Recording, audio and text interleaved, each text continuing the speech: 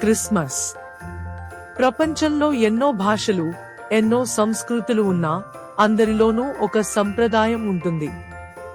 అదే క్రిస్మస్ ను ఆశీర్వాదంగా చూడటం. ఈ కాలంలో మనమంతా దేవుని కరుణను గుర్తు చేసుకుంటాం. ఆకాశ గంగలాంటిది ఆయన కృప. అదే మన హృదయాల్లో వెలుగై నిలుస్తుంది. జీవనాన్ని బయటికి తీసే శక్తి అదే. అందువల్ల దూరమున్న వారికి కూడా ఇది చేరుతుంది. ఇదే మన ప్రభువు దయ. మనలో కొందరికి ఇది తెలిసినదే, కొందరికి తెలియదు. కానీ ఒక విషయం మాత్రం నిజం, మన హృదయాన్ని తెరిస్తే అదే వెలుగు మనలోకి వస్తుంది. యేసు ఇచ్చిన ప్రేమ మనలను నడిపిస్తుంది.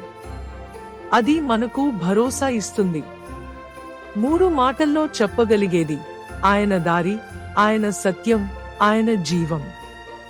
దీనికంటే ఇంకేది క్రిస్మస్ ఆత్మను వ్యక్తపరచదు. ఏళ్ల క్రితం ఒక చిన్న శిశువు జన్మించాడు. కాని ఆ చిన్న జీవితం ప్రపంచానికి మార్గం చూపింది.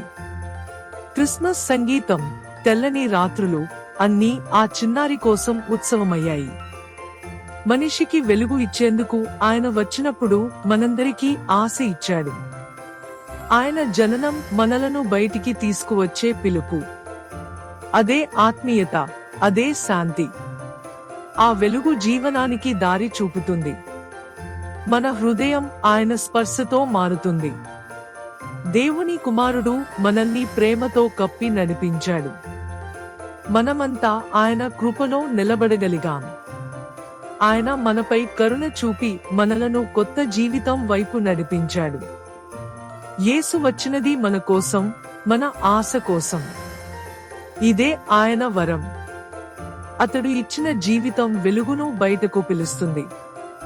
మనలోని పాపాన్ని క్షమించి, మన ప్రార్థనలను ఆలకించి, మన చెడు బంధనాలను తెంచి అనంతమైన జీవితం చూపించాడు. ఇదే క్రిస్మస్ యొక్క అసలు అర్థం.